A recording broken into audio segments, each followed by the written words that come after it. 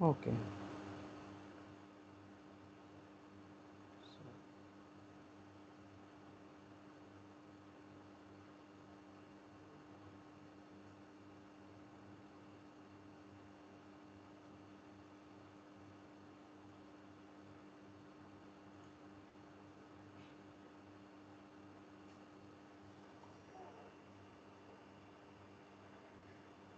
Okay, I'm clearly audible, right? Can someone just ping me in the chat?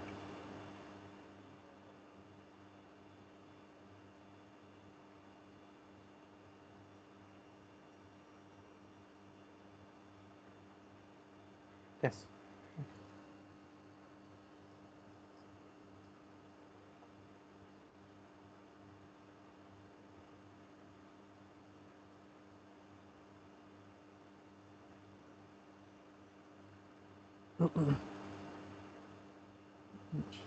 We'll just wait for 2-3 more minutes.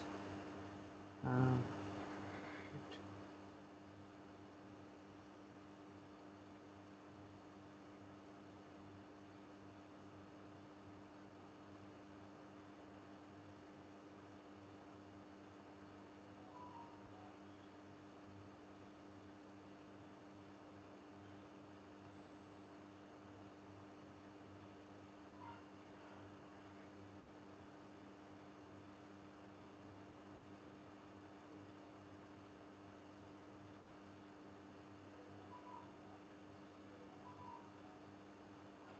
okay, let me just share my screen.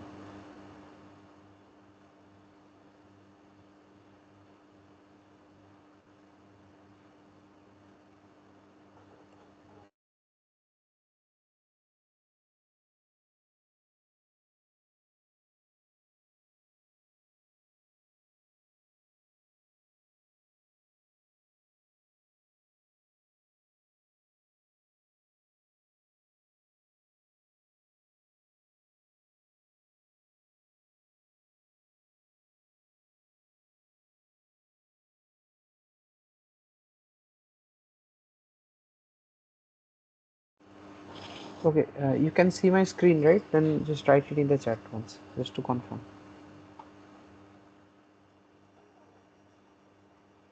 Okay. So yeah, so we'll start with to make this week's content. So this is week 3, so just the date will be 13th August. Sorry, 13th August. Yeah, and so we'll just start with whatever we have learned so far, revising them, and then we'll go back to the new topic. Okay. So in week 1, what we learned, we learned Scratch. So I hope some of you has tried this application.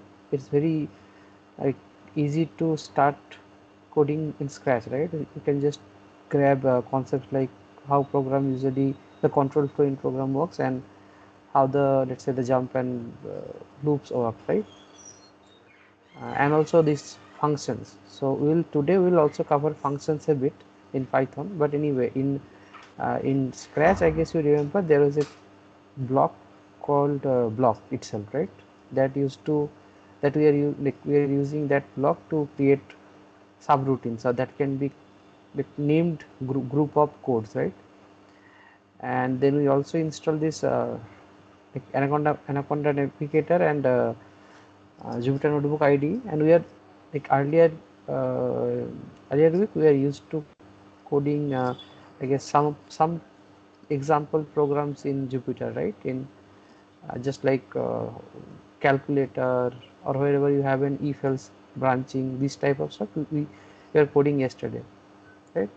Okay, so what we have covered so far, we have covered until control loop. So just for a summary of week 2, it was something like this. So sorry, summary of week 2 was we learned if else statements, nested if else, loops, mainly for loops and while loops, right? And we also learned break, so how to break out of a loop, and continuous statements. So these are basically statements that control the execution flow of a loop, right? Or you can actually break out from the general execution flow, right? Okay, so this is up to week 2. Okay, So week 3 we will start looking into some like abstract data structures like list, tuple, dictionaries and all, and also we'll touch upon functions a bit. Okay, just confirm whether I am audible or not, once clearly audible or not. Audible, sir. Okay, okay, so wait. So we'll just start with string. Okay, so and I'll like you can also do a code along with me if you want. Okay, and whenever you face some problem, just unmute yourself and speak. Okay, so just let's start with string first. So our goal is to like kind of learn this part of the tree, right? We already learned primitive data structure like integer, boolean and float, but string is not yet learned. So we'll start with string and then move towards this complex data structure like list, tuple, dictionary, set and all those things. Okay, so okay, so just let's start with string. So let's just search how many functions are, or let's just see how many functions are possible in string, right? Over string, it's cd2 source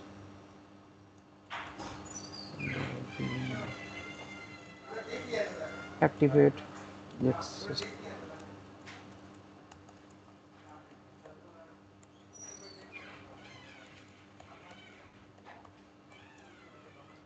okay.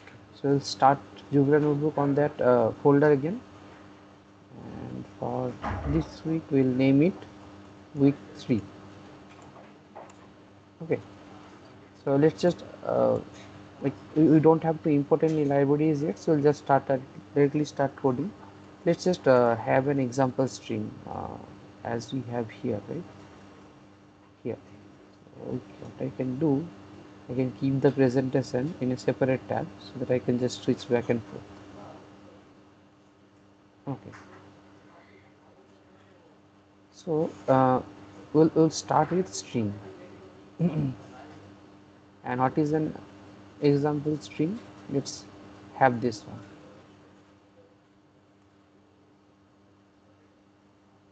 Yeah, let's have this one as an example string. So see, there is a space after the string, right? And there is a comma in between, so that's for a reason, so that you can apply some of the functions. Okay, so s, let's just check what is the type of s. It's a string as usual. So one thing is you can also specify strings with single quotes. Okay, this is also string. So double quote or single quote, Python treats every uh, character list, or let's say string characters, everything as string itself. So we'll just start, we'll just go with double quotations. Okay, wait. String. Now how many functions are possible on string? There is a special function called dir, which will give you all the functions including the hidden functions that are possible on that data structure. Okay, so you see all this and we'll get to see all this. These are actually hidden uh, operations you can do on a data structure. Okay, so s dot, if I tap on tab, it will show me. So this is what Jupyter Notebooks gives advantage of, right? So it actually shows recommendations, so how many functions, or which functions you can apply on a data structure. Okay, so you see these functions, this underscore functions are not shown here, right?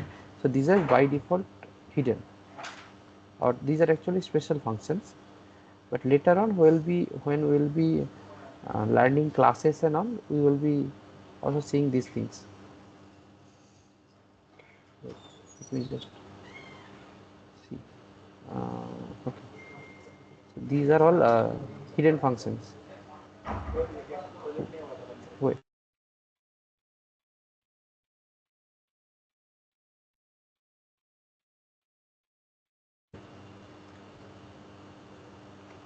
wait.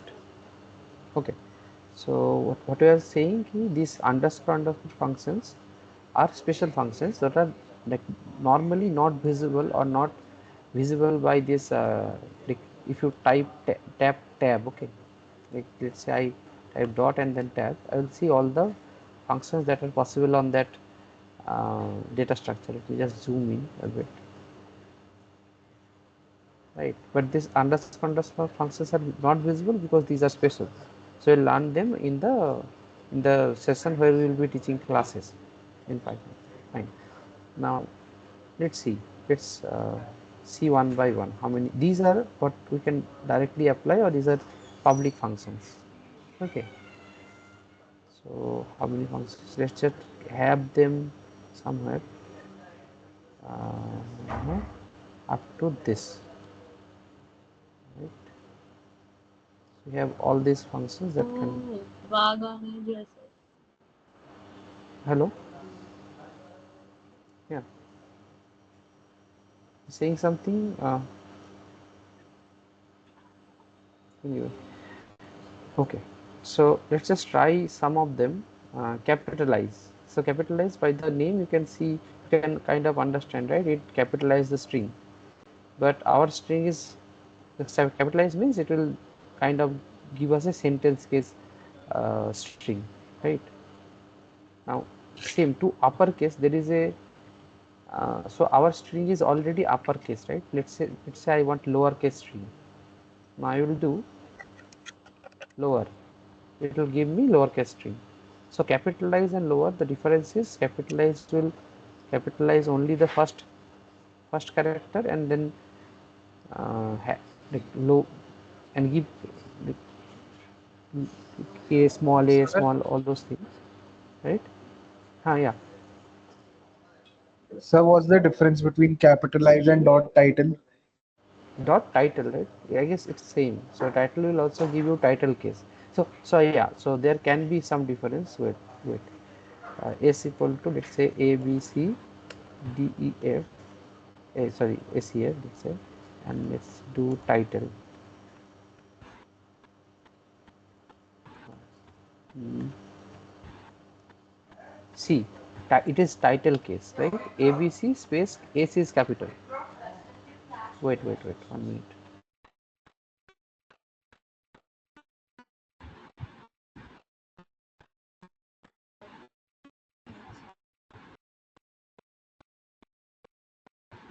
Okay, sorry guys, just okay. So title case gives you title case string. So the first word would be capitalized, and the second word would be also capitalized. Wait, wait. నీవెన్ని వింటున్నావు అందరి దగ్గర review తీసుకుంటున్నాను Fine. So the title case give you title case, and if I go for capitalize, right, S for capitalize, it will only capitalize the first character, and then see the S is not capitalized, right? So get the difference, right? So, like, title is used in cases of typing someone's full name Yeah, or yeah. somebody's So designation. it could be like, it could be, let's say you have an article, right? Let's search for any article, Times of uh, India article, right? This, see, this is no, this is not sentence case. Wait, articles. See, usually what happens, all the articles, those are see this one, this article, uh, these are actually sentence case. So one example is, let's say, paper, right? Let's go for my scholar. uh, yeah, see, this is what the like title case means. See, all the first letters of each sentence, no, first letters of each word is capital, right? So that's what title case means. And sentence case or capitalize, what it usually means here, where is the, yeah, wait, or here, capitalize means it is sentence case. So only the first character will be capital, others will be small. Okay,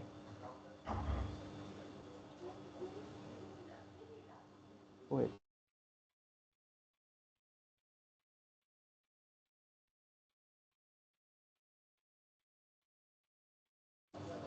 Okay, so you understand what is title case and capital case, capital or sentence case, right?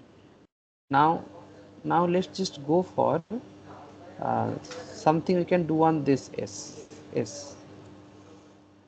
So you see, S has a lot of empty spaces here, right? So I can trim that. So what is the command? Strip. Strip. Strip means it will remove all the preceding and the whatever is at the end It of a will string, remove all those unwanted spaces. spaces. Yeah, all the spaces, but not between this. If let's say S is uh, if S has space within it, like in between the characters, right? And then here, so in that case, you see, it will not remove the spaces within. So it will only remove the spaces at the end and the beginning. So, see, if there is space at the beginning, it will also remove them. So let's say I only want to remove the spaces that is on the left side, right? So then the command is lstrip, and you can actually see the documentation of a command by just typing shift tab. So whenever you are, let's say you want to know what a function returns or what a function takes input uh, like as parameters, right? Then you can just do call this and do shift tab, tap shift tab together. It will like return you the dot string in Jupyter. Okay, so dot string, you can just say dot string is it returns a copy of the string with leading white spaces removed, right? So yeah, so you can just run it. You see only the left side white spaces are removed, but the right side white spaces are not removed. And similarly, if you only want to remove the right side white spaces, it will be R strip. R strip, only the right side white spaces are removed, left side white spaces are untouched. Okay, let's see some other uh, others as well. Let's is printable. These are not useful. Let's say split, right? Split. So let's say I want to split the string s on a comma. Okay, so the splits will be what? So if I manually split it into two halves, so comma, sorry, it will be something like this, right? And then the comma is the separator. So this should be one string and this should be another string if I split it and on the comma, right? So now to do that automatically with code, it should be something like this: s dot split, sorry, split, and then you pass the character you want to break the string in. So let's see this comma this. This is how you split like split a string on some character. Let's say I want to know my name and my surname, right? Then I can, so if you have a two-word name, let's say some first name and some last name, and I want to know the first name and last name, I can just split the name with space, right? So let's just a b something, let's say this is the first name, and let's say this is the second name, right, or the last name. I have a space. If I do comma, they see that's not splitted, right, because the comma is not separating out these two things. So I have to give space. So just split the string with space. It will give me, this is first name and this is second name, and you can see this structure that is getting returned, right? This third bracket and then some element comma some element. This is called a list. So it will return a list. So we'll go for list after we cover string a bit. Okay, how to initialize them, how to like, modify them, all those things. So split is over. We can do swap case. So let's say I have a string, um, something like this. Let's say this s, right? So first name is capital, second name is small, right? Now I can do s dot swap case. So it will return me all the capital should be small case and small case should be capital case now. And with why the where we will be using these things. So these things are widely used in like processing NLP data sets, right? When you have, let's say, a language data set, or let's say a lot of text purpose, and you want to have all the tokens, or let's say all the words as lowercase, then you can just apply lower, right? To so whatever case they are in, they will be converted to lowercase. Or let's say you want all of them to be capitalized, then you can just do to upper, right? So upper, so just lower will give you all the characters lowercase, and upper will give you all the characters at uppercase. So you can just apply these functions on each token and basically process your data as you wish. Okay. Now these are fine. So ends with, starts with, these parameters are like these functions are also there. Let's say I want to see whether my string starts with B or not, or starts with a pattern or not. So I can just do starts with, okay, and I will check, let's say it starts with A or not. It will return me a boolean variable true, right? Let's say I want to also check whether it starts with AC or not. Now it doesn't start with AC, it starts with AB, right? So I can actually check whether a substring matches with the starting of my entire string, something like this. Okay, and let's see if I want to check if it starts with ABA. Okay, it's yeah, it starts with ABA, but let's say I change it to some other pattern, right? Let's say ABC. Now S is this, and if I run starts with ABA now, it will return me false because it starts with ABC now. Okay, similarly there is ends with, and if I, let's say, check if it ends with A, yeah, it ends with A. If it ends with CA, no, it doesn't end with CA, right? Because it's end with DA. Okay, so that's how you do like simple manipulation over string. Okay, and whenever you change something, let's say s dot, let's say s is equal to this ABC something and then something, right?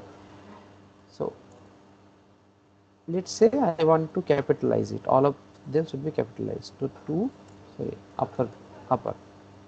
Now by doing this, it doesn't change the value of s, it actually returns a new string which I have to assign it again. So if I want to change this to uppercase and have the same variable, you can just do this, s is equal to s dot upper.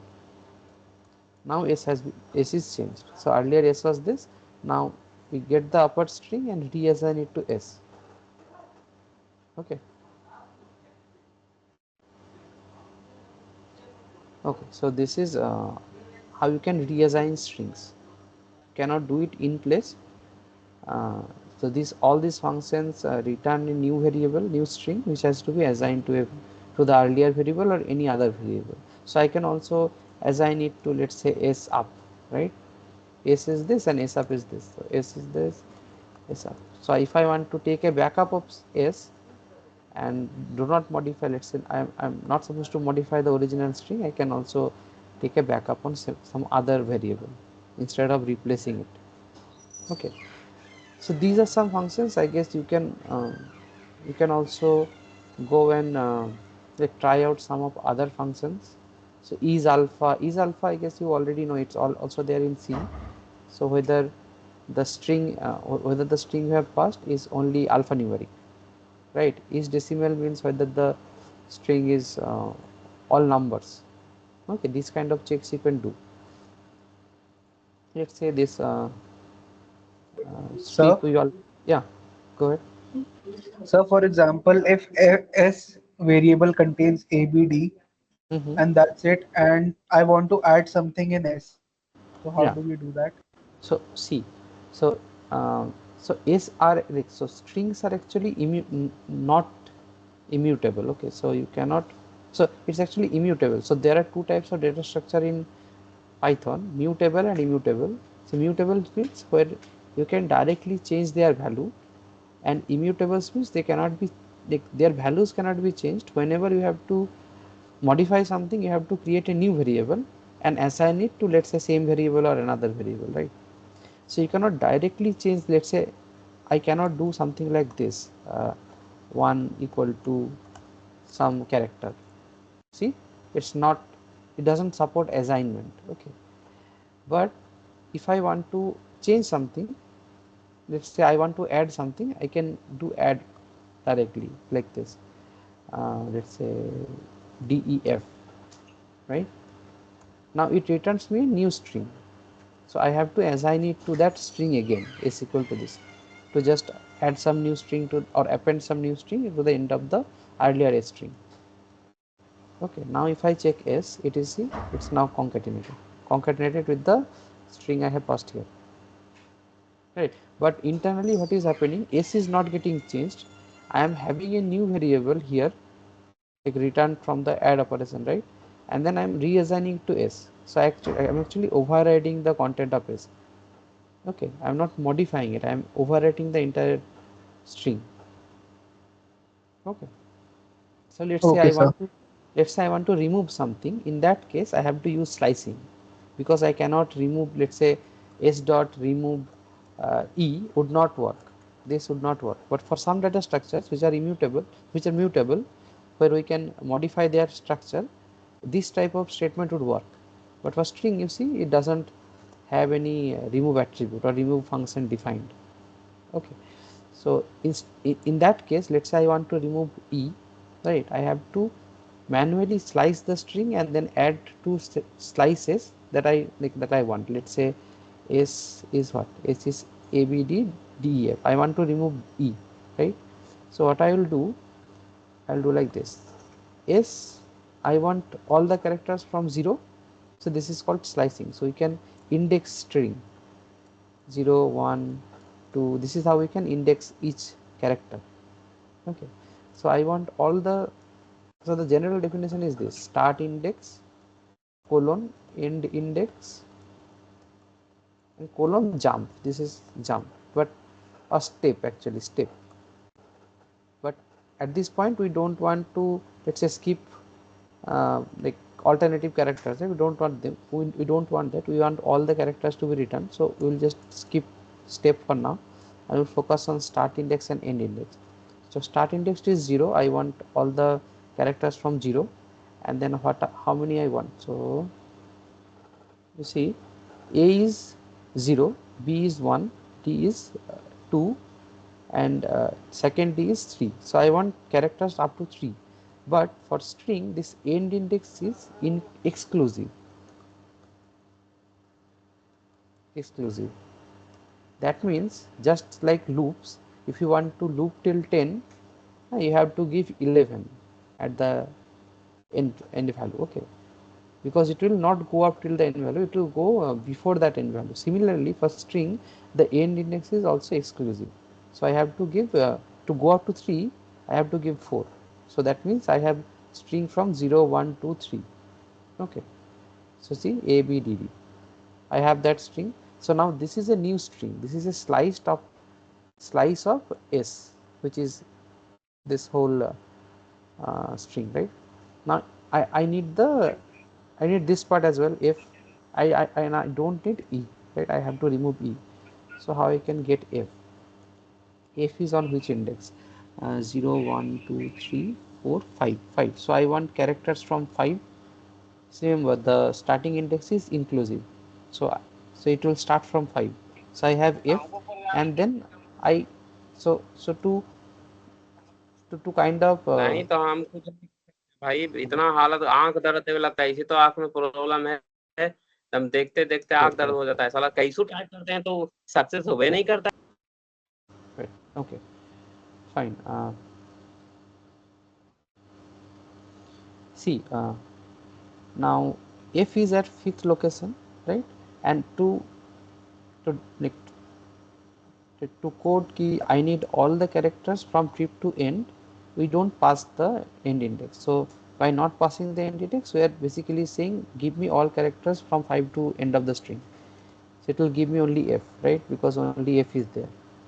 So let's say if some other characters were also there, right? In that case, I will get something like this. And Now I add them directly. You see now. Hey, wait. Yeah.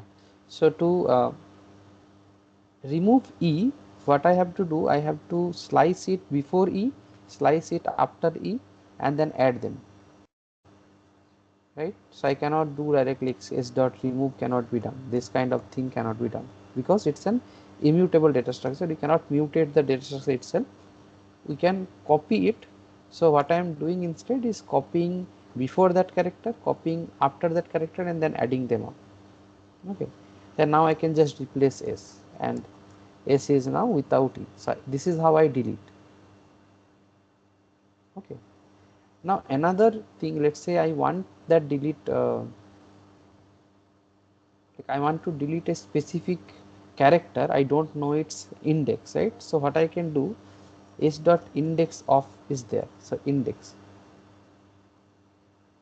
So what it gives us, it gives us it gives us index of a substring. But for now, let's say the substring it's a character. Okay. So the substring contains only one character, that is, let's say, let's just have it as earlier E, right? So now if I do this, it will give me the index of E. So index of E is, I have the index of E now. Index of E is 4. So for how it is 4, you see 0, 1, 2, 3, 4. Fourth one is the E, right? Now instead of hard coding this, what I can do, right? Instead of hard coding it, I can pass it like this. So slice up till index of E, that means before index of E, and slice after index of E. So this is inclusive and this is exclusive, right? The starting index is inclusive, so it will get all the characters after the E, and this last thing is exclusive, so it will get all the characters before that character I want to delete, right? Now if I do this, see the E is deleted. Okay. So let's say, so this is how you can, let's say, code a simple program of, say, enter your name and enter some random character. Okay. So how I can do it? Name. This is the string. Input. Enter your name. Right. So enter your name, and then I want the substring, or let's not the substring. Let's say a character that has to be deleted. Okay. So char equal to input. Enter character to be deleted. Okay. Now I have the character here, so I can get the index of that character by this index of the character, and then I can just use this method, right? Slice before the character, slice after the character, and then add them to, and the string name is name, and replace it with name, and then print, let's say print after, sorry, after removing character, your name is name. I hope you remember this printing style, right? And to correct it, what I have to do, I have to write a F here, right? Format that string. Okay. Now my name is, let's say, A B C D E, so it's not E, and C E F G. Okay. And I want to remove, let's say, E from here. C. My name is A B D C E F G. Look, see, two strings are not like two characters. There are two occurrences of E in my name, right? But it only removes the first occurrence. So that means this index function give you the first occurrence of the character or substring. Okay. So just to check whether the substring thing also work, let's say I want to know the index of BD, right? index of BD, it will give me 1, right? Because the BD, this substring happens to be in the first index. Well, let's say I give some invalid substring, right? B is there, but let's say I give BG, which is not there in the string. So it will see the substring not found. So that BG substring doesn't exist in the name. Okay, and you got it, right? So this index function works on substring, but you can also use to get the index of any character. So what is character? It's basically a one length substring, right? Okay, so let's just uh, like learn a bit more about string slicing a bit. So how the string indexing happens. Wait, let me, yeah, yeah. So this is how string indexing works. So you can index a string by two ways. One is from 0 to the end of string, incrementing 1 per character, that's index, or from the end of the string, starting with -1, you can go -2, -3, all the way up to the starting of the string. Let's say minus, if the length of the string is 10, then the index will be -10, right? And for positive index, it will be 0 to 9. Okay, so let's just see this one in practice. I have name as this, right? So I want to um, have this character F. So what is the index? 0, 1, 2. Space is also a valid character. So 0, 1, 2, 3, 4, 5, 6, right? So if I go with positive indexing, it will be 6 F. And if I go with negative indexing, what is it? G is -1, F is -2. So if I give -2, it will be 6. Okay. Yeah, so this is how um, indexing works. And slicing you already know. So now you can slice a string from any direction, from backward or from forward, right? So slicing, as you know, if you have a string, the slicing works like this: start index colon end index, and this is exclusive. Exclusive mean it will not take the last index, it will take before the last index, right? And start index is inclusive. So that means it will take the first index, and then you have step. Step means how many characters you want to jump after you are taking some character, right? Just see an example of it.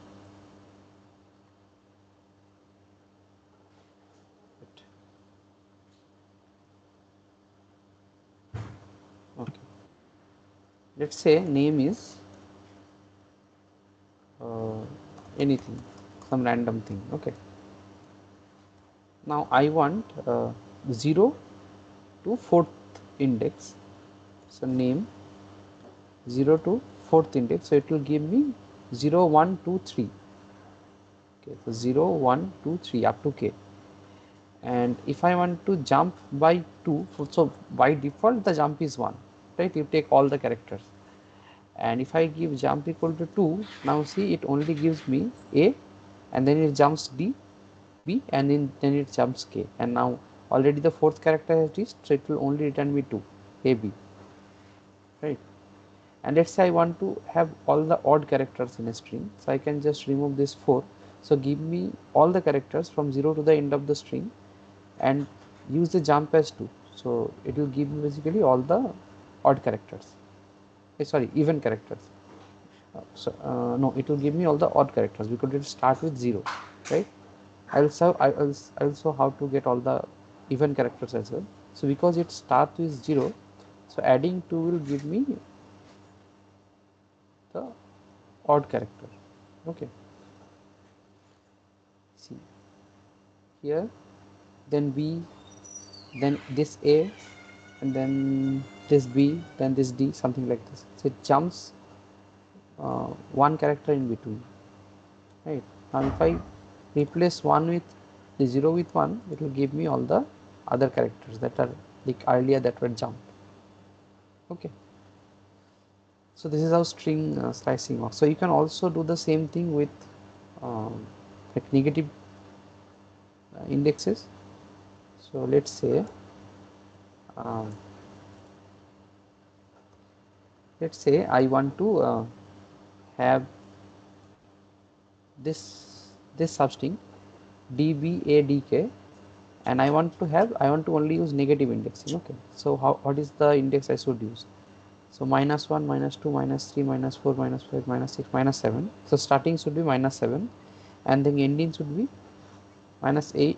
Sorry, -7, -8 should be the starting.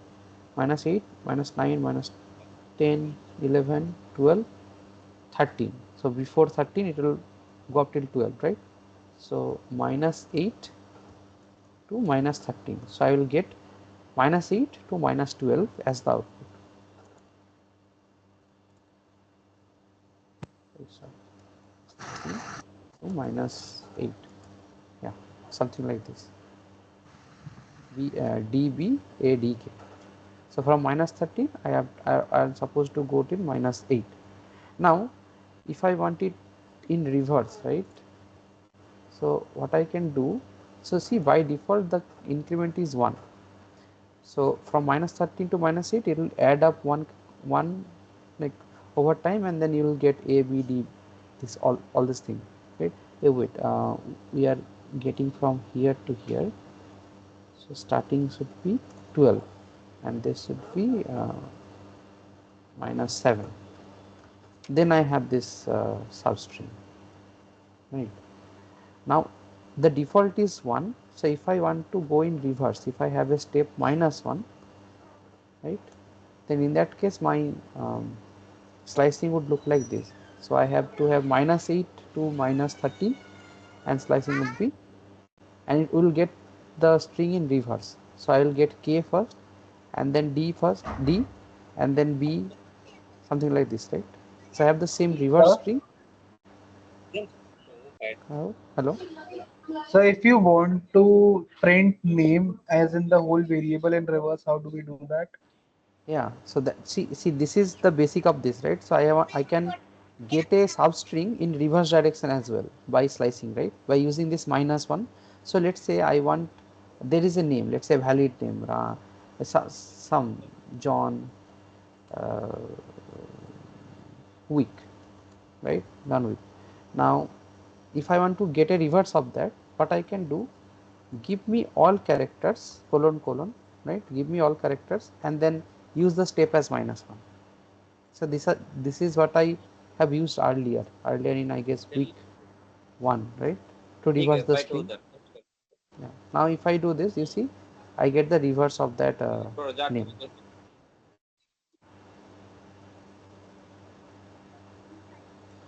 Okay, you get it, right? How this -1 works by reversing the string. Yes, sir. Okay. Now there is something called alias. So Hello, hello, because yeah, hello. Excuse me, yeah, sir. yeah, It's not yeah. reversing. It's mirroring, na sir. This one. It's mirroring. No, it's reversing, right? It's, see, J Um. is, see, first it gives K. Okay. Okay. So you Uh, want word label reversing or character label? So now I am doing character okay. label reversing. Okay, so if I have Okay, to sir. do word label reversing, then there is another logic. Okay, sir. Sir, can you Okay. please repeat that 0.4.2? Previously, you have been said, na. I'm getting a So little bit confusion of that. okay, so 0.4.2 means so let's say I only want up to 4 characters. This is, and I want only the characters which are, let's say I want J and then H. I want to skip 0 and N. O and N, right? So in that case I can pass step as 2. So 0 will be there, and +2, that means this H will be there, and after +2 it will basically exceed the string length, right? So, oh, sorry, not comma, colon. So you see, so this is actually step. So how many step you will be taking after each character. So similarly this -1 Means, also work. -1 means it will take reverse steps. Okay. So by giving, and so this name colon colon -1, it means give me all the characters but in reverse order. That's why I am getting a string that is reversed from the initial string. Thank you, Okay. sir. Okay. So now there is a concept of alias in string. So a equal to this and then b equal to a. Now tell me whether a and b is same or not. So there is a function in Python that is is. So is means whenever a particular variable points to the same memory. So let's say there are two variables a and b, and is a binary operator.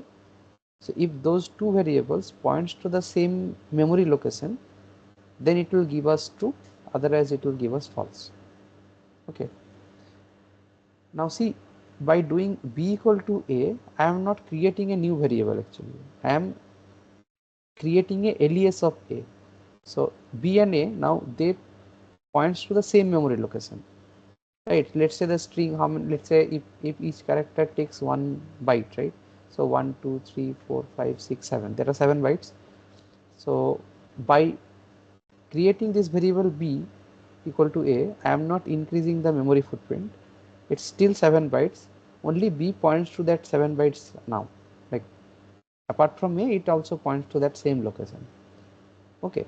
But because strings are immutable, so you cannot change their value until you um, basically reassign them, right? We don't see any problem at this point. But let's say if there is a mutable data structure just like list, so I will show where this alias string creates problem. So for string it doesn't create any problem because it is immutable. So whenever you are changing b, you are creating a new variable. So let's say if I change b, how can I change b plus something, right? So because a and b points to the same location, ideally what should happen, if I am changing b, a should also get changed, right? See, b is this, now it is changed and a is earlier one, right? So what happened, because string is a immutable data structure, it creates a new variable and assign it to b. So now after this operation, a and b are different memory locations now. Okay, because string cannot be changed, it has to be reassigned. But for some data structure like like list, let's say, and list you assign it like this, third bracket, this is a list, l equal to third bracket 1 2 3 4. Now l is a list. Now if I create a alias of l, let's say b is equal to l, this is alias, I can check by b is l, yeah, true. Now b and l are same, pointing to the same memory location. Now if I change b, let's say b0, I assign it to 50, right? Now b is what? B is 50 to 4, and l should be what? 1 2 3 4, right? It should not be changed. But if I check l, it is also changed, right? So why it happens? Because list is a mutable structure, so you can mutate it, right? You can change the structure of that variable. So that's why if two variables are pointing to the same memory location, and if it is a mutable structure, you can have like unintentional writes that can also impact the second variable. So here I have written on b, but it, like, my intention was not to change l, but it changed l, right? So this is called aliasing. Okay. And to solve this, what I can do, I can create a copy of that variable. Okay. So how I can create copy? So there are two copies, deep copy and shallow copy. Okay. So shallow copy is what do you make, what I meant by this assignment b equal to l. This is shallow copy or creating an alias. Okay. But deep copy means this dot copy. This is what you this is how you do deep copy. So that means now Can you b and please l, they are not same, they are two different memory locations now. Yeah, you can unmute Vijay, you can unmute and speak. excuse me, sir. Can you please repeat this one, sir? B of Yeah. 50. I'm getting a little bit confusion on this. Okay, LEM. so currently I'm explaining aliasing. So aliasing, what it meant is, Uh, um, so Previous one, sir. Before that, yeah, alias which one. one? Yeah. This one, right? Take any. Yes, sir. Take any name and can you brief that? Okay, so so we have a list 1, 2, 3, 4. Okay. Okay, Yes. I'm creating a alias. This is how you create alias. B equal to L. So, and this is operator, what it checks whether just a whether if two variables point to same memory. So if I run this, it returns true, which means B and L are pointing to the same memory location. Okay, so Okay. by creating B, I am not increasing the memory allocation. It is still pointing to where L is pointing. Okay, pointing means you have heard of pointers, right? Just for background, so C pointers, Yes, sir. yeah, Yes, similar I to have. C pointers. So B and L, they point to same memory location. Now if I change B, it changed that memory location, right? Now because L is also pointing to that same memory location, it unintentionally changed L as well. See, B is changed, but L should still remain 1, 2, 3, 4, right? But now I have like, like unknowingly modified L as well, right? But I don't want L to be modified, let's say, right? Let's say you are copying some data, right? And you don't want the original data to be overwritten whenever you update something in the copy.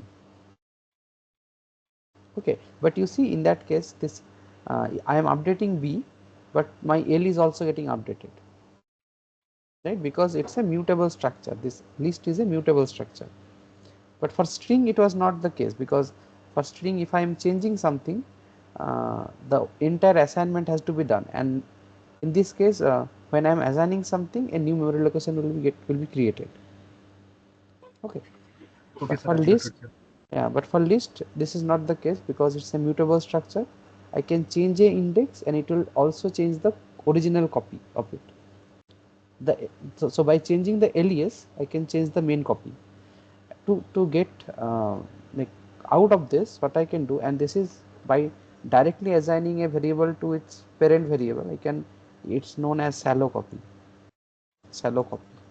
And shallow copy means it doesn't allocate new memory, right? But by doing this, L equal to L dot copy, this is called deep copy. So what it does, it allocates copy, first of all copy the variable and allocate a new memory. So now L and B, these are two different things. So by changing B, you cannot change L, right? If I check whether they are same, now it is returning false. So but they have the same value. If I check what, like before changing B, right? Before changing B, if I check what are the values, so they are not pointing to the same memory. It's clear now. Now if I print B, let's just have, yeah, B is 1, 2, 3, 4, L is also 1, 2, 3, 4, right? And if I'm changing B, it doesn't change L. See, L is still 1, 2, 3, 4. Okay.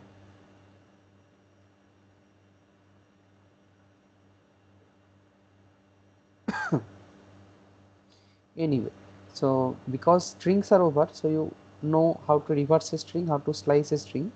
Now we will be going for list, and the list, the main problem, the initial definition is this: by a third bracket you can initiate a list, and the primary problem with list are they are mutable, so you can change their values, so you have to be like careful with them. So you can So, unintentionally modify some parent variable by changing its clone or its alias.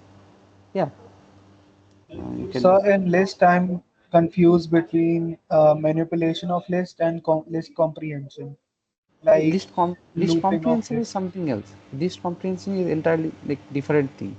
So I'll also cover list comprehension today if I have time. Okay, but so list comprehension is exactly some like it's actually something like a lambda function if you have heard of it earlier.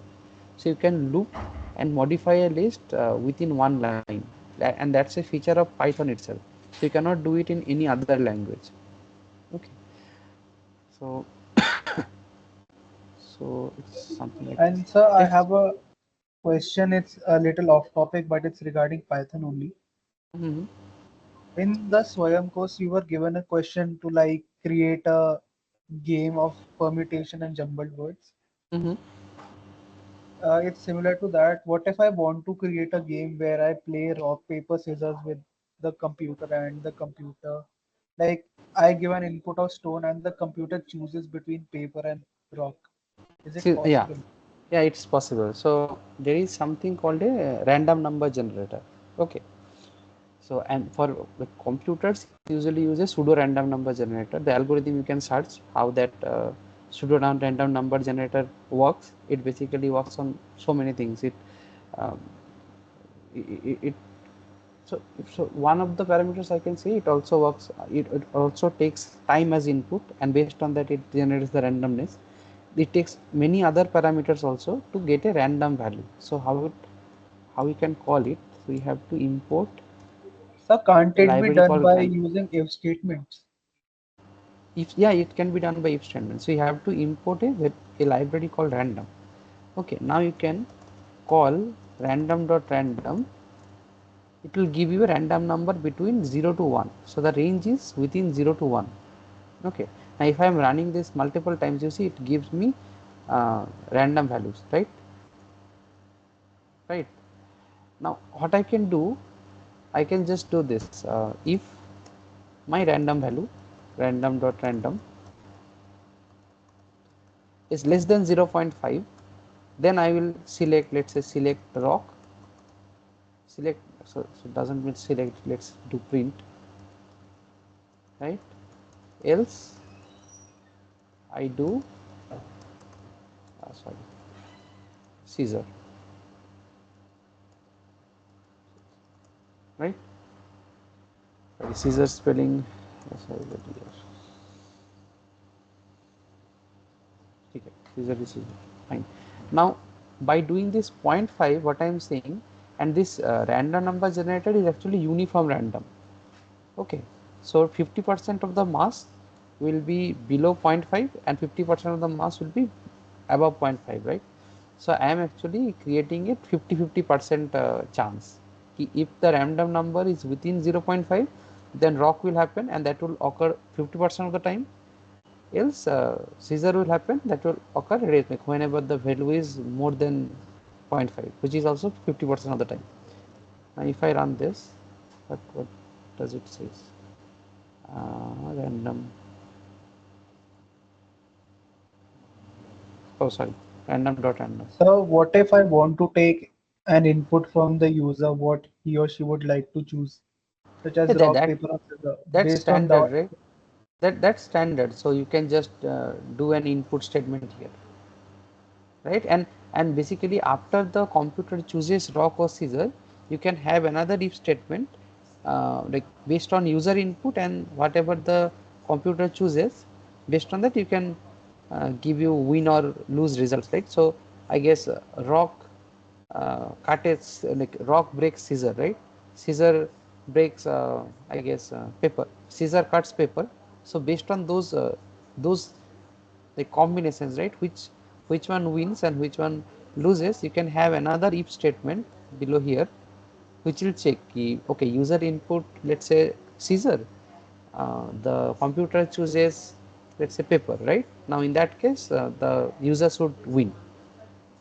So the pseudo codes, I can give you the pseudo code, you can code it yourself. So take input from user, and because you have three choices, rock, paper and scissor, you can split the probability space into 0.3 gaps. So from 0 to 0.3, the mass is 30%, because it's a random uniform number generator.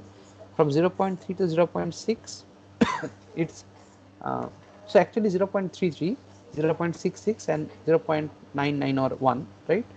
So you can have that split here. So when the random number is below 0.33, rock will happen, elif, and you can have that random number saved here somehow and equal to this. I'll just check here. If it is below 0.33, rock will happen. If it is um, below 0.66, paper will happen, let's say, or not print, let's say select or com select equal to this, com select equal to paper, and then lastly if it is above 0.66, that means another 30% of space, right? 30% time com select would be Caesar. Now whatever you take from user and whatever you get from computer select, you can just do a if else statement here, get or basically do if else of all possible situation, all possible selections, and decide who wins. You got it, right? Yes, I got it. Okay, now this is fine. Anyway, let's go back to the topic. So we are exploring lists. So string is done. String, what we learned from strings is you can modify them, but you cannot change their exact value, or you cannot modify their data structure. If you want to modify, you have to create a new string, right? Or every time a new string is getting created. Now for list, let's just recap how we can initialize a list. So we will be covering list. This is an empty list. So if I print it, print L, this is an empty list. Okay, so I can check its length. There is a function called length, and it also works on string. So if I call it on S, and S is this, see the length of the string is 11. Similarly, length of the list also works. You see, because it doesn't have any element, it returns 0. So it's an empty list. Now if I have some elements 1 and 2, it's getting printed there. My length is 2. Okay, so length of the list is 2. Now indexing, it occurs similarly. So you can do from 0 to end of list, or you can do -1 to starting of list by going reverse. Okay, okay, so let's just change. So earlier for string this was not possible, right? Let's say I want to change the first index to x. It is not possible. See, it doesn't support any assignment operation because strings are immutable. You cannot change them. If you want to change them, you have to reassign that string with some new value, right? But for lists, L is this. Okay, but for list 1 and 2, I can change the first index to be anything. Let's say I want it to be 100 instead of 1, right? It get executed. If I see the new L now, it's 100, 100 comma 2, right? Now the interesting thing is Python doesn't necessarily restricts you to put only integers or only floats in a list. You can put anything. You can put list inside a list, strings, floats, anything within a list. So there is no restriction that you have to pull like all the elements should be integer or all the elements should be floating point number. This is not a restriction. Okay, so I can also do something like this. So the first index is a string, the second index is an integer. Okay, now so I can add elements in string by two ways. One is by addition directly, L plus and another string, let's say 3, 4, 5. This would work. But it creates a new memory location. But sometimes we don't want new variables to be created and basically hogging the memory. Okay, so it should not create, we should not create newer variables all the time, because the memory is also limited in some cases, right? So I want to change the same variable um, which I have earlier, the L I have to change. So if I check L here, it's still earlier one, right? But I have added 3 4 5. So what it means, this return list is a new list, so it creates a new memory location. Now because strings are mutable, I can change them in their memory itself. So I should not bother about creating a new list like, just like what we have to do in string, it is not mandatory for list. So what I can do, append, there is a function called append. So it will append uh, any particular element at the end of the string. So if I want to append 3, now it changed the L in its memory itself. So now see, L is 1 2 3, like that whatever first index it is, and then 2 and 3. Now let's say I want to append 4. If I run it again, I have 4 now, right? But you will be saying, let's say I want to add a long list together, I don't want to add it one by one. Then the command is extend, and then let's say I want to add 5 6 7 this list with L without creating a new list.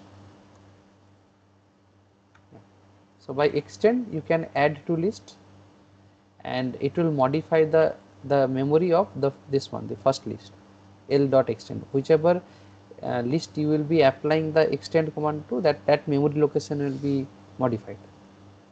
Okay, and if you directly concatenate with plus, it will create a new memory, so it will sometimes waste memory. Okay, now because these are mutable, I can also remove. So for string, so these are contrastive, you see these ideas are actually like complementary to each other. So for string, because you cannot mutate them, you have to slice them, then only you can delete some character. Let's say I want to delete k, I have to slice it before k and after k and then add them, right? But for list, because these are mutable, I can directly do remove,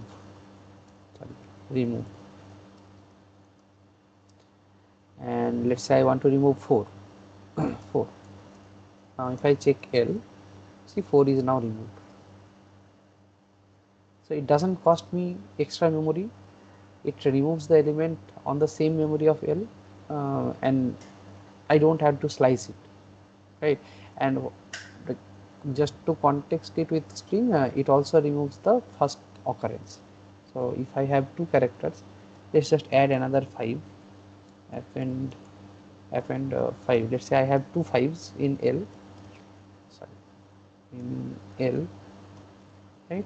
And I want to remove 5, L dot remove 5, sorry, remove, it will remove 5, but it will only remove the first occurrence from left. This is L is removed, this 5 is removed, but the second 5 which I just appended, that doesn't get removed, right? So if I have to remove all the occurrences, uh, then I have to run it multiple times. Okay, how many, like, there is a function called count, so I can count the occurrence of a particular element in a string. So let's say now it has two 5s, I can do dot count of 5. So it will give me how many 5s are there in the list. There are two 5s. So to remove all the 5s, what I can do for or while, let's go with C logic first. While I less than count, and I, let's say I initialize it to 0. So how many times it will run? 0 1 and then 2 it will break, right? So 2 times it will run, the loop will run. I can just do L dot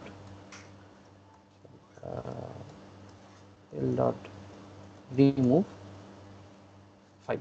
So it will remove 5 2 times. So there will be two occurrences, it will remove it 2 times, and now the list is, it doesn't have any 5, right? This is how you can remove multiple occurrences of a particular, or all occurrences of a particular digit. Okay. Sir, what is it I equal to 0? I equal to 0 means it's actually the while loop, how many times the while loop would run, right? I equal to 0 means what? Whenever I is less than the count, it will run. So count is 2, I know. Now I is 0, so it will go up till 0, 1, and then 2 it will break, because 2 less than 2 is false. Okay. Wait, Yeah. just 2 1 this plus plus. Okay, I plus plus I forgot anyway. Okay, so this is how you remove all the occurrences of this. Okay. Okay. Now I can also do list comprehension. Once I guess someone asked, right, about list comprehension. So what list comprehension does? So instead of applying a particular functions like multiple times, what I can do, I can filter them, filter each element, right? So it works something like this. We will go deeper on this topic later on, but for now I can just show you, if, instead of writing this white or like while loop, I can also write this. So for all element in L E, so what it does, it creates another list comprises of all the elements E. So E is the iterator, so E will change from, so L, what is L? L is this, right? So E will, first E will be the string, second E will be 2, third E will be 3, 6 and 7. And this E or beginning E would actually represents which elements will be represented in the new list. So yeah, so this is what list comprehension means. So what it means, you will loop to each element and return each element and make a new list. Got it, right? Now if I want to filter, okay, I don't want 2 in it, 2 in the new list, I can do this. If logic will be, now if condition, so condition will be the filter. So if element is not equal to 2, then only pass that element. So if this statement is true, then only that element will be returned. If I just run this, you see now 2 is not there, it is filtered, right? So this is what list comprehension means, but I think this is an advanced topic. So after you know all the operations that are possible on list, we can go with this. Otherwise this is too much, so you will not remember or you will not efficiently use this. Okay, so let's just forget about list comprehension for now. We'll see how many functions are possible on a list. So L, so dir L, so you remember, right, the dir function gives us all the functions that are possible on a list. And as usual, this underscore functions, these are all hidden functions. Fine, and these are which are exposed for publicly, like publicly these functions are exposed. Yeah, so we'll just, because these are like very small number of functions that are possible, append, clear, count, copy is exactly same. Copy means deep copy. Count you already know, extend already know. Let's just go over them one by one. So the functions that are possible are this.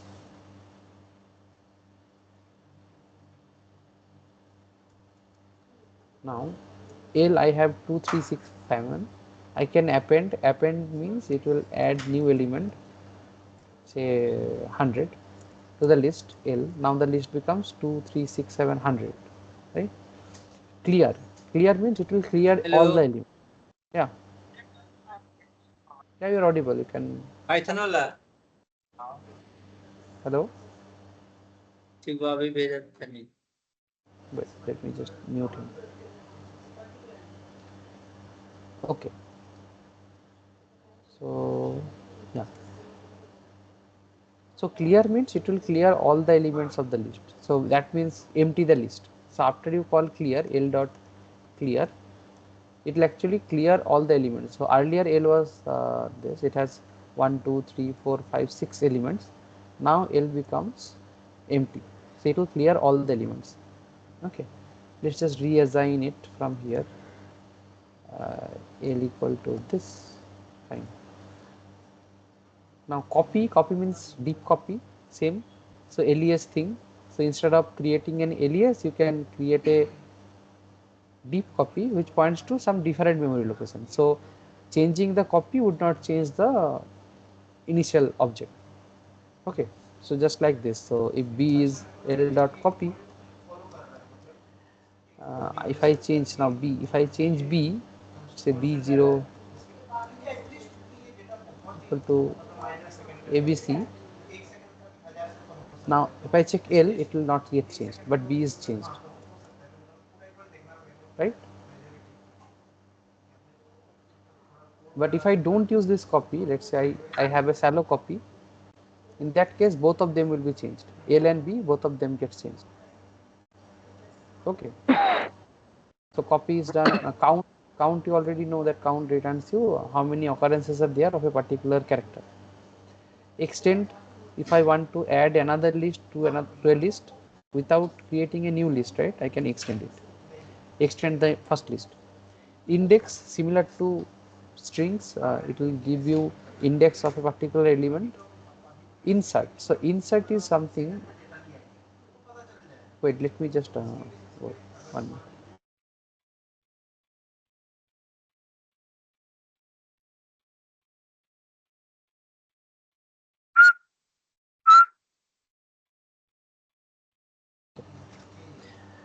So yeah, so deep copy is this, and we are talking about insert. So insert, l dot insert, what it expects an index and an object.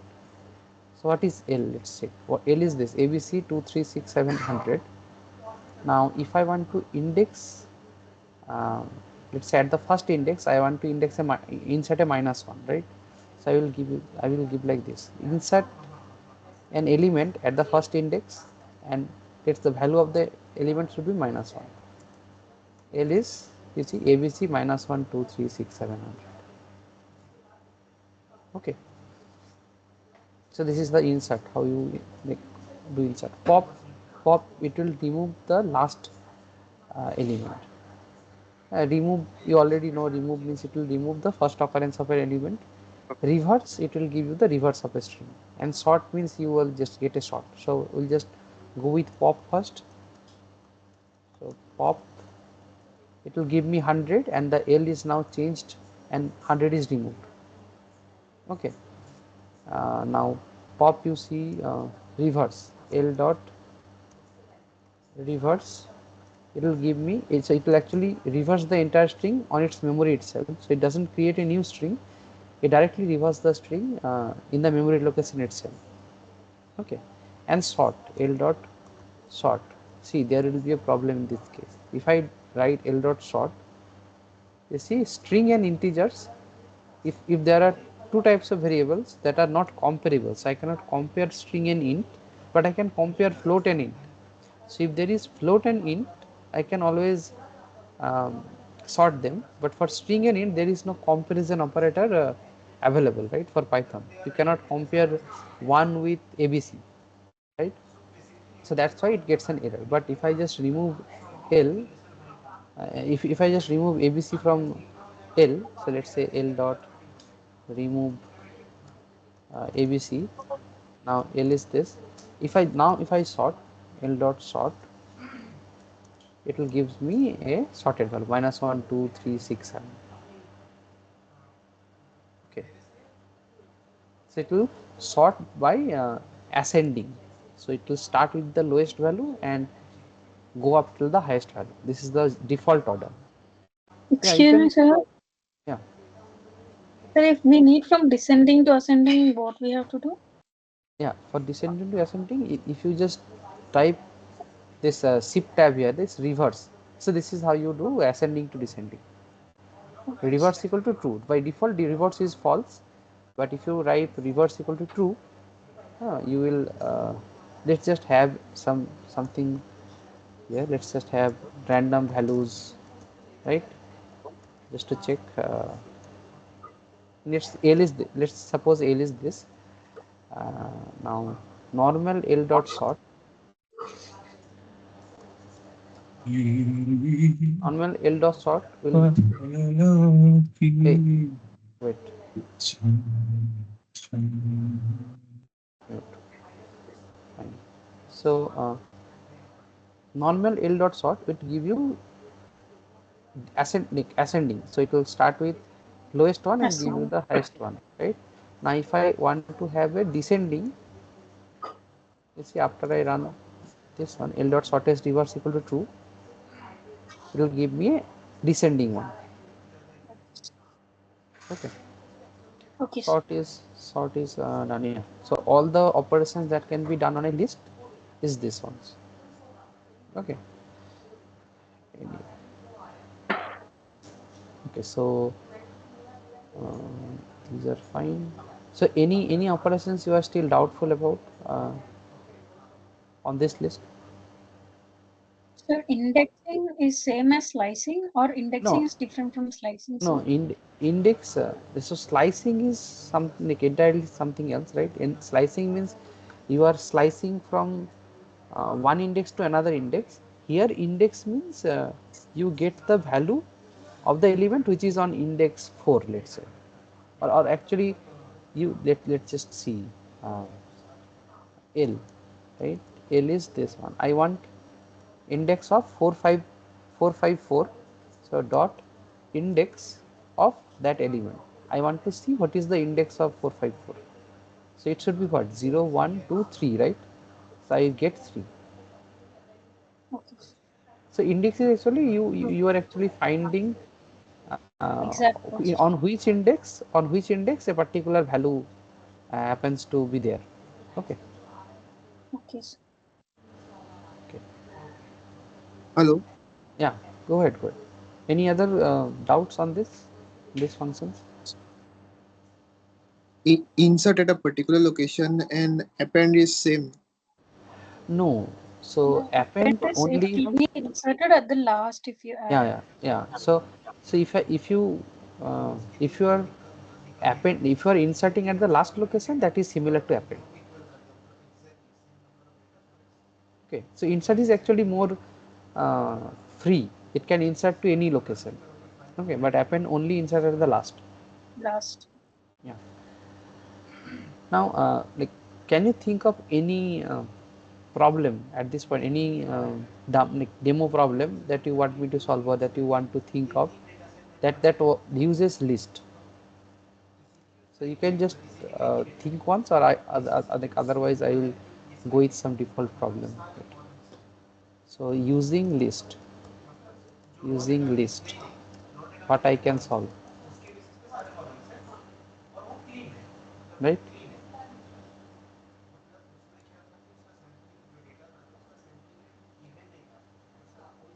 Let's say I have a, so earlier you had this problem solved in, I guess, class week 2, right? That you have 3 variables and you want to check which is the max and which is the mean, and then for that case you have to write 6 if else statements, right? Right. So to compute which is the max and which is the mean, you have to write 6 if else statements. But let's say you have um, 30 variables now, and you want to check which is the mix, which is the mean and which is the max. In that case, um, you can use a list. So there are standard operations named max and mean, or you can also use the sort function. So like the L dot sort, list dot sort, and basically no key, because I am sorting it is an ascending order. The first index will be lowest, and the last index will be highest, right? So how I can do it? Let's take input from the user. So the problem is find the highest, sorry, highest and lowest element element from, sorry, from a list, or from a list of integers taken from user. sorry, taken from user. So let's just take a list first. That's important. How I can take a list of inputs from a user. Okay. So I have to use a for loop or a while loop there and keep populating a list. So let's say the list is L. Okay. I can do, let's say, I can take how many integers to take from the users, from the user itself. So number of element equal to input, sorry, let's convert it to int because it cannot be float, right? Number of element cannot be float, so I have to typecast it to an int because by default input function give us a string. Number of element. So I know the number of element from user now. I can loop for I in range number of element. I can loop till all the number. So if number of element is 10, my range function will loop till 0 to 9. So that means 10 occurrences, 0, 1, 2, 3, 4, 5, 6, 7, 8, 9, right? Okay. So in all the occurrence, all the like instances or all the like instances of a loop, right, where I can be 0, 1, 2, 3, I can take an input, right, and append it to the list. So input is equal to integer, let's say I want integers, input give int um, and I can append that integer to the list, l dot append inp. So let's just execute it, and after the input I'll print l. So number of elements, let's say 5. So give int 1, 4, 6, 2, 3. Yeah. So my list becomes 1, 4, 6, 2, 3 in same order as I have given here, right? Now to get the minimum and maximum, what I can do, just do max of L will give me 6, min of L it will give me 1. Or this is one approach. So just print uh, max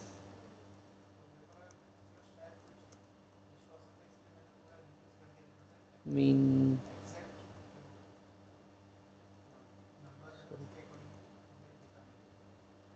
and I have to give an F here. Yeah, max is 6 and min is 1.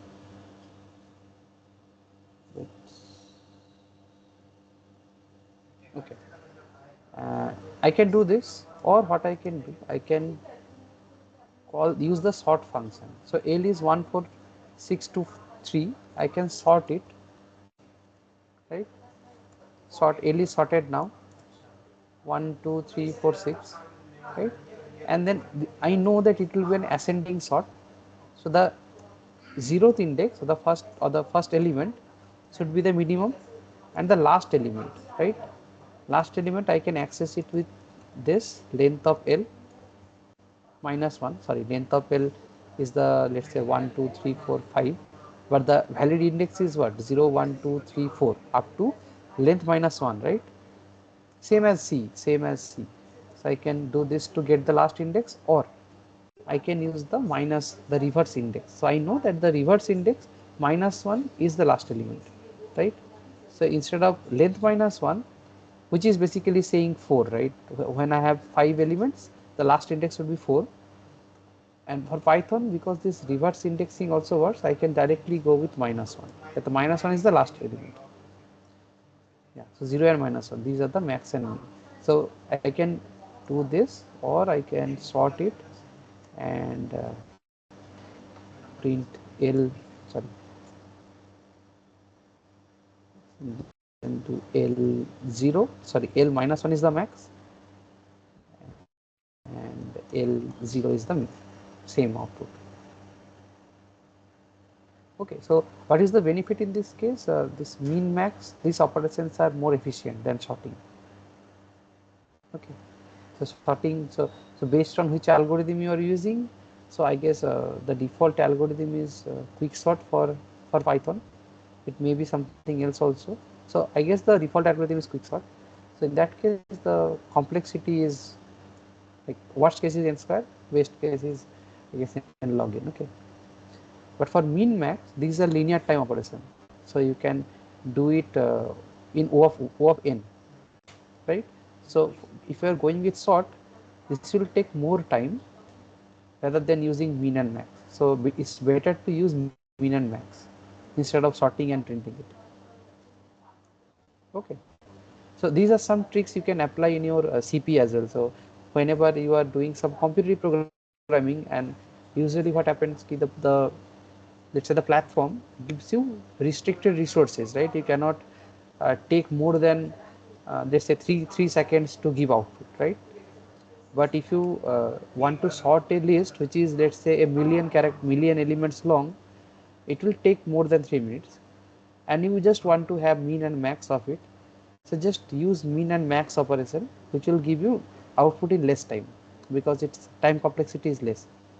Okay, so to find minimum maximum, sort is kind of overkilled. Okay, so we'll just stick to mean and max operation, mean and max, and this is the final program of finding highest and lowest element from a list of inputs taken from user.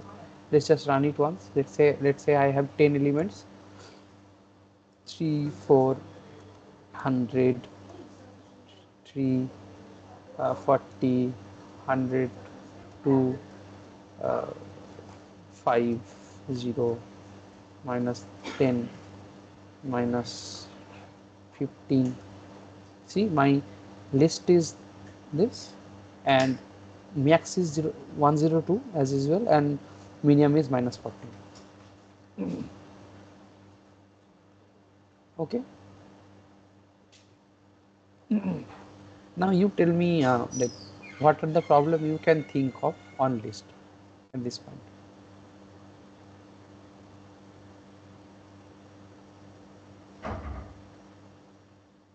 Yeah, anyone want to try? Okay, so somebody has written something in chat, so you can do like this: list this and print index of minimum list and index of maximum list. So it will give me the index, right?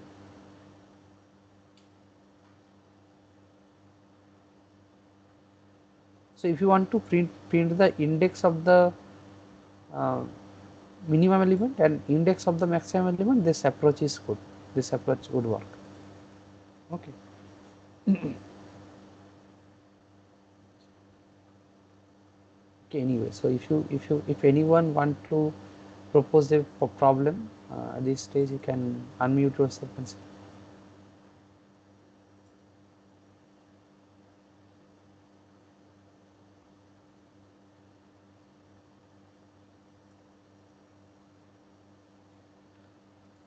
Okay, so there is another thing you can also find if some element is within the list.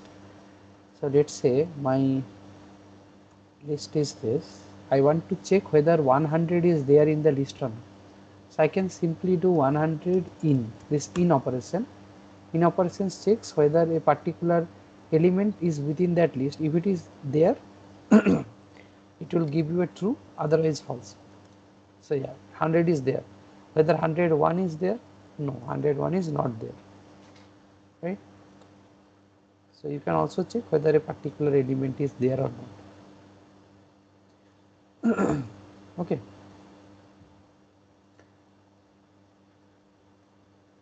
Now let's solve another problem. Get a list of 5 unique elements. So the user from user. So user can give you let's say repeated element. That is, I give 5 at the first time, and then the fourth time I can also give 5, right? But it should reject those inputs. It can only accept whichever is unique. Okay, so it will give you an error message that okay, don't provide 5 because you have already provided 5 earlier. Give something unique. which you have not provided so far. Okay. So can anyone, so based on this logic in operation, can anyone try to solve this problem, or just narrate ki, this is how you can approach the problem. Okay, so general input loop is same. I'll just copy the input loop from here, right? And in this case, the number of element I know it is 5, so I don't have to take it from the user. Okay, but the logic is if, so I can write the pseudocode, if this input is not unique, then show error and retake. This is you have to code. Okay, this is what you have to code, and the hint is you can use that in function. Can anyone want to like do you want to try it?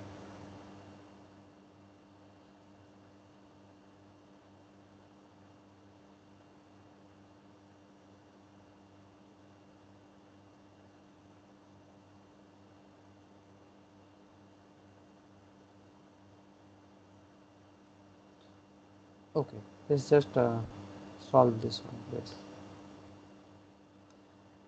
So I can check whether that before appending it to the list, I can check if my input is already in that list, then I want to retake the input, right?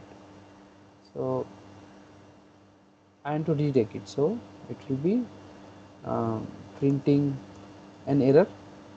Let's say say input already exists, input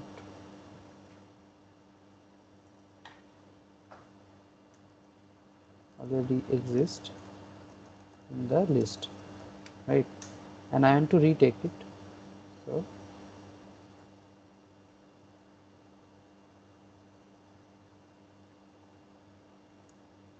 in that case I can use a while loop, you see, and we will use the continuous statement. I is less than 5, I equal to 0, and if it is within the list, then I can just continue, else I will append it and do an increment on I plus equal to 1, right? So what does it mean? Normally if I give only Unix, right, then it will loop till 0 to 4, 0, 1, 2, 3, 4 and give me or basically append all the elements in the list. That's how it will usually go, right? Now let's say I give something which is already there in the list. In that case it will continue from here. Continue means it will again evaluate I less than 5 without even incrementing it. So let's say it was 3 and I give an already existing element, so it will continue with I less than 3 again, and again ask me to give an int. Okay, that means I don't lose the term, so I don't transit to 4, I equal to 4, I keep on looping on 3 itself. Okay, so continue means it will just go and start from here instead of like without incrementing the element, like without incrementing the iterator I. Okay, let's just check. Give int, I have to give 5 unique int 3 and then 4, then I can give 3. You see 3 already exists in the list, give another int, right? So I give 0, I give 4. Oh, 4 also exists. So at this point the valid integers I have added to the list is 3, 4 and 0, right? And 5, okay, it's not there, minus 1, it's not there. Now my list become 3, 4, 0, 5, minus 1. Only the Unix, right? Unique elements.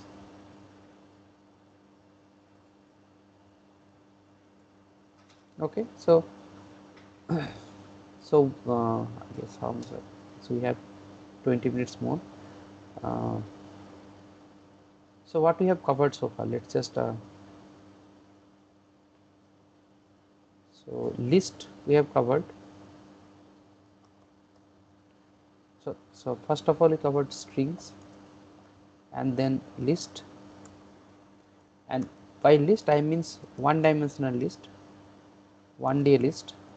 So just for your information, list can be 2D, yeah, it can be 3D, or it can be an n-dimensional list as well. Okay, any dimension of list you want to create in Python, you can create it. Okay, and index it with that same notation 0 1. Okay,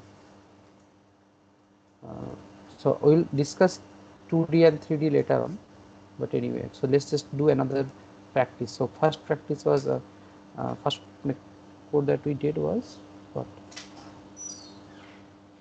finding the highest and lowest among multiple elements,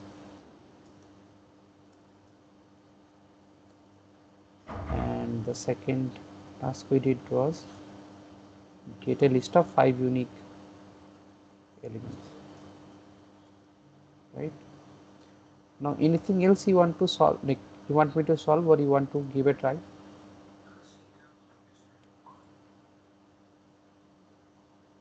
So this is where you clear your doubts. Okay, so if you have any doubts or you are not able to like think of like some like approach to solve some problem, you can discuss this here. Okay, so I guess list was part of your third week's material, right? So have you like, haven't you faced any difficulty like understanding that material, or like trying to whenever you are trying to solve some demo problem you are facing some difficulty with list? Or I guess like whatever we have covered today, I guess kind of solves that doubts, right? So if you have any doubt, you can unmute yourself and speak now. And okay, so uh, see the chat, I guess something is happening. I think don't you get me, as you said float function and doubt because float exact float value is min max or int value. So I ask you what type of what type does max and min functions return? Okay, see guys, you don't discuss these things in chat, you just ask these things. So these are easy things, right? You can just check instead of asking each other, you can just check. So create an list with multiple different data types, right? 0 0.5, 1.5, right?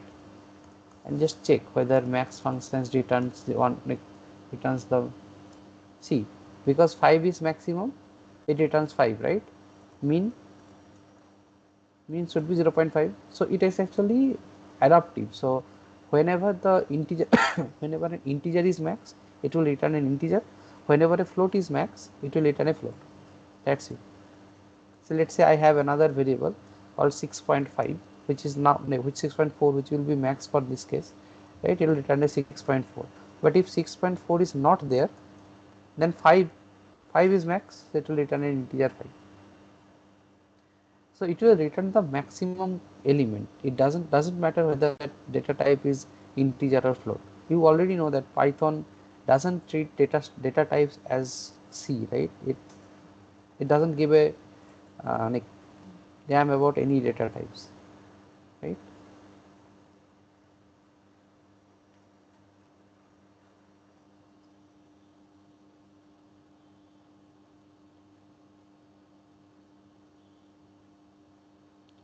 But no. So we cannot do week 3 programming assignment. What was the assignment, by the way? Create a Python program that removes all duplicate positive integers in the order they first appeared. Okay, the program should prompt the user to input a list of numbers, unique numbers. Okay, so yeah, I guess you can do it, right? Okay, output should consider a unique number separated by spaces. So anyway,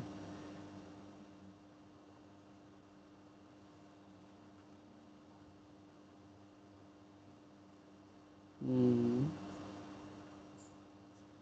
much time we have left. Anyway, so if you have any doubts at this point, you can say anything apart from list and strings, like whatever you have learned so far, let's say for loops, for if else, or any data structure which you have not covered, that will also be uh, asked.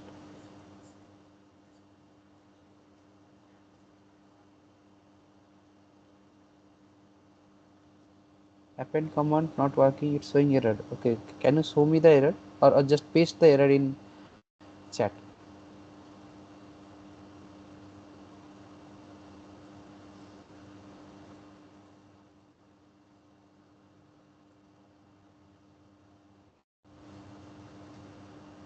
Okay, continue statement I can explain, but yeah, Anurag, you can paste the string object. String cannot, you cannot append string, so whatever you are appending to is a string, so you cannot do something like this.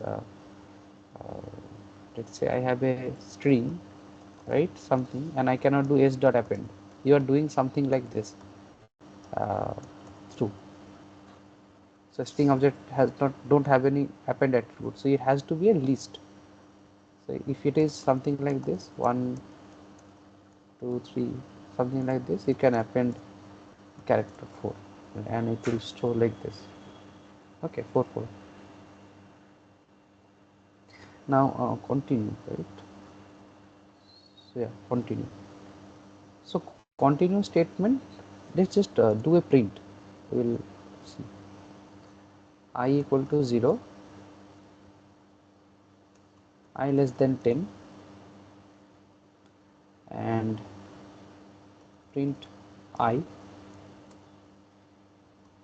plus plus, sorry, I plus equal to 1. This is shorthand of I equal to I plus 1. So what would happen? It should print 0 1 2 3 up to 9, right? But let's say if let's put this I plus 1 beforehand, before printing, still it prints 1 to 10. Okay, and whenever it is 5, let's say I don't want to print it, I don't want print statement to be executed whenever it is 5, right? So I can do something like this. If I equal to 5, right, just continue. That means whenever I equal to 5, it will go to the while loop, it doesn't go to the print statement. Okay, now if I run it, and I can also print it, print skipping printing, I can do this, and see, for 5 it only prints skipping printing, and it doesn't run the print I. It skipped and start from here again.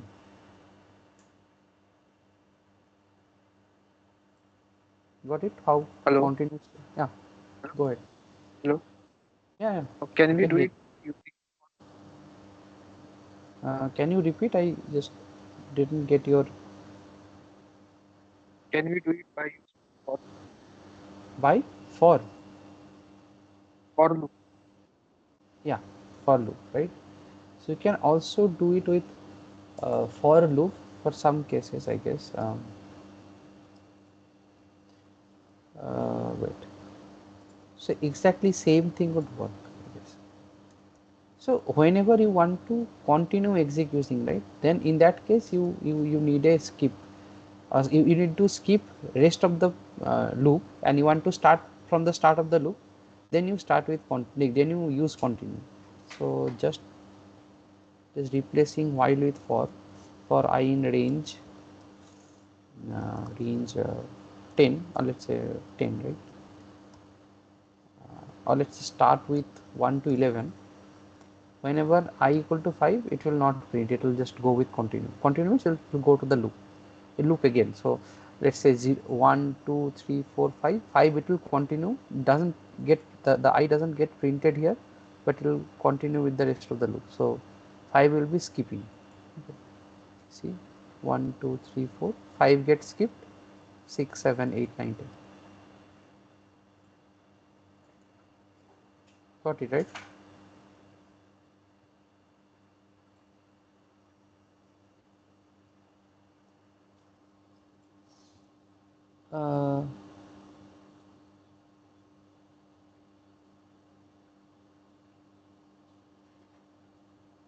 Guys, what are you doing in the chat? Join method and all these you can yeah, if you want to use them, you can use them in any of your assignment, but if they are already taught in the week's material, then you can use them, I guess. Or otherwise, map and join you can yeah, so map function returns an iterator, so those are actually not taught, I guess. Map, if I, let's say I want to square each element, right? So now function, is function already taught? Function is not taught, right, as far as I know. So you cannot, at least at this point, you don't know map. And the join you can already always know. Let's say a list is there, L equal to character list A comma B, right? I can join them and get a string with some let's say joining character. So I want to join it with, let's say, colon, or colon, right? A colon B I want to have. So colon dot join, and then I pass a list. It gives me A colon B, something like this. And how it is useful, so let's say I have a date. Okay, I have a date, let's say today's 13th August, 13, and then January, February, March, April, May, June, July, August 8 2024. Okay, but I don't want this format. I want the format to be like this. Okay, so what I can do, there are two methods.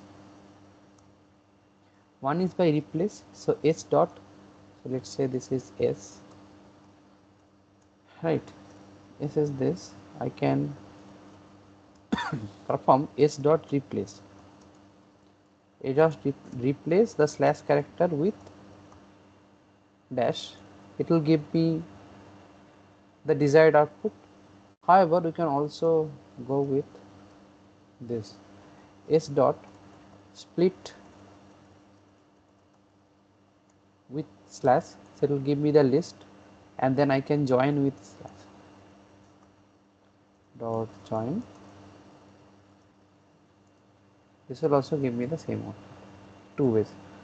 So whenever it's not about just replacing it, right? You can use this split and join method. These actually give you more freedom in manipulating the string, or having a concatenated or processed string from any unprocessed string. Okay.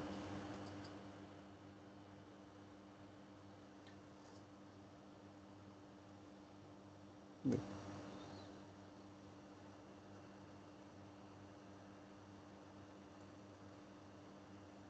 Okay, guys.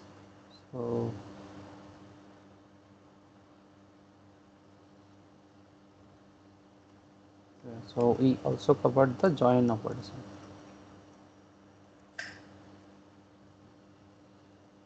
Okay, so I guess today's lecture we covered string and list. Tuple will cover in the next class, I guess. But just for an so just for context, tuple is and similar data structure as list, but it's immutable, so you cannot change them. You can reassign them. Okay. Dictionary sets, we will cover it in the next class. Okay. So guys, if you have any doubts, you can ask it now. So we have 5-6 minutes left, so you can just like solve some of your doubts regarding any of the course material or the data structure you have learned so far.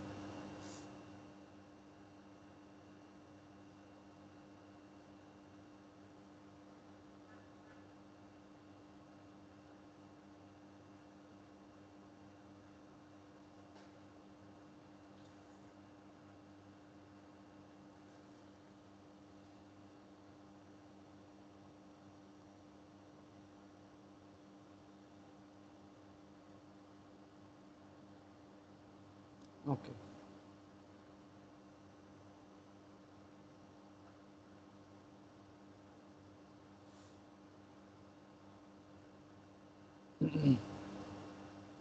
Anyway, so if you don't have any doubts, so you can, like, later if you face some doubts regarding this data structure, you can also contact me directly over email, or you can just post a query in the Google group. Okay, just keep on monitoring that Google group. Whenever some query comes up regarding these data structures, I'll just reply. Okay, and like for the next session, I guess we will go with some of the hands-on problem solving things. Let's say these algorithms I like want to cover in the next class. Let's say what is binary search, guess and check. Like similar problems you will also get in your assignments too, right? Linear search, binary search, these are generic problems you have to solve with Python, right? Just to uh, get a more grasp of this looping and handling these data structures and all. Okay, that would be next day's agenda. So the next class would be something like using the current knowledge, what are the problems that you can solve. Okay, and one thing is you can also think about some problems on your own and keep them written somewhere, and in the class you can just post them in the chat, so that if we run out of problems you can refer to them. Okay.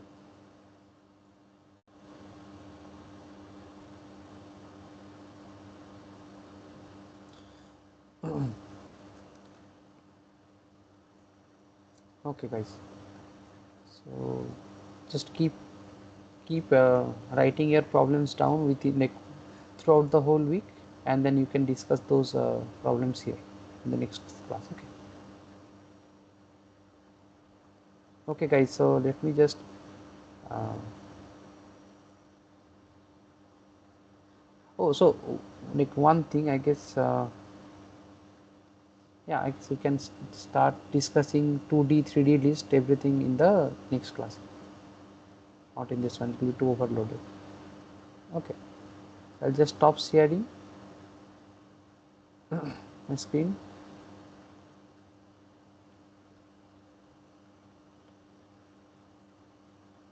And okay guys, see you in the next class.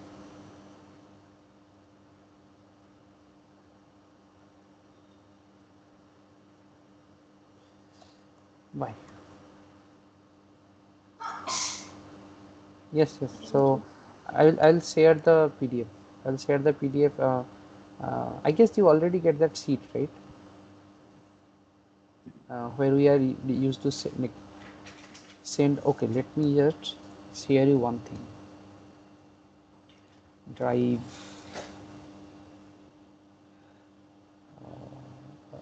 Uh, uh, uh,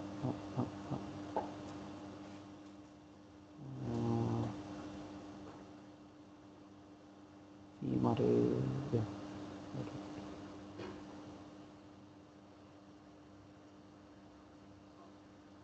Link. So in this folder, I'm uploading all the slides. Okay, if you don't have the sheets link that is being provided by NPTEL, I guess, where you can also have this link there. Yeah, you can. So the group is in the Google group itself, right? In the NPTEL course, you have a Google group there, so you can put all the problems there itself. Okay, so I am also subscribed to that Google group, so if you post any problem regarding this, I will also answer to them. Okay.